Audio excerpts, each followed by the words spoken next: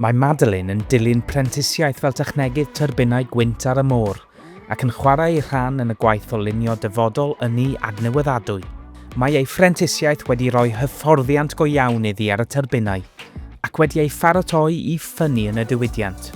Mae hi'n falch o fod yn rhan o genhedlaeth newydd sy'n ymuno'r sector gwynt ar y môr ac mae hi'n gweithio ochr yn ochr â nifer o beirianwyr benywaidd ar y safle. I Madeleine, mae bod yn un o'r nifer cynyddol o fenywod y merched sy'n ymuno o'r diwydiant yn ei chyffroi. Mae Madeleine yn credu bod amrywiaeth yn hanfodol mewn timau peirianneg mwyn cyflwyno safbwyntiau gwahanol a ffyrdd newydd o ddatrys heriau. Mae taith Madeleine yn dangos sut gall prentisiaethau agor drysau, datblygu gyrfaoedd ac ysbrydoli'r genhedlaeth nesaf o dechnegwyr medrus sy'n barod i bweru dyfodol Cymru.